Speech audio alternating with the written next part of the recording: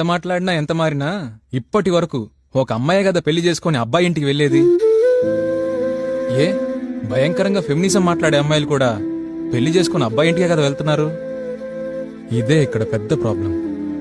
చెప్పాలంటే ఒక అమ్మాయిని కొని ఇంటికి తీసుకెళ్లి మన కంట్రోల్లో పెట్టుకుంటున్నాం. అదే పెద్ద ప్రాబ్లం. వాళ్ళు ఏం చెయ్యాలో ఏం చేయకూడదో, జాబ్ చెయ్యాలా చేయకూడదా, ఫ్రెండ్స్ ని కలవచ్చా కలవకూడదా, ఏ డ్రెస్ వేసుకోవాలి, ఏం తినాలో నుంచి ఎలా మాట్లాడాలి, ఎలా ప్రవర్తించాలి వరకు అన్ని మనం డిసైడ్ చేసేదే. వాళ్ళింటికి వాళ్ళు వెళ్లాలన్నా మన పర్మిషన్ తీసుకొని వెళ్లాల్సిందే. అయినా మనం మాత్రం ఎక్కడికైనా వెళ్ళొచ్చు, ఎలాగైనా ఉండొచ్చు. దానికి కుక్కకి బిస్కెట్ వేసినట్టు మనం వాళ్ళకి వేసేది ప్రేమ, లవ్, ప్యార్, కాదల్. లేదు, నాకు అర్థం కావట్లా. నేను ఈ మందలో ఒకటిలా ఉండలేను. కావాలంటే మేమిద్దరం తాళి కట్టుకుంటాం. అక్కడి నుంచి అన్నీ ఈక్వల్ గానే ఉండాలి.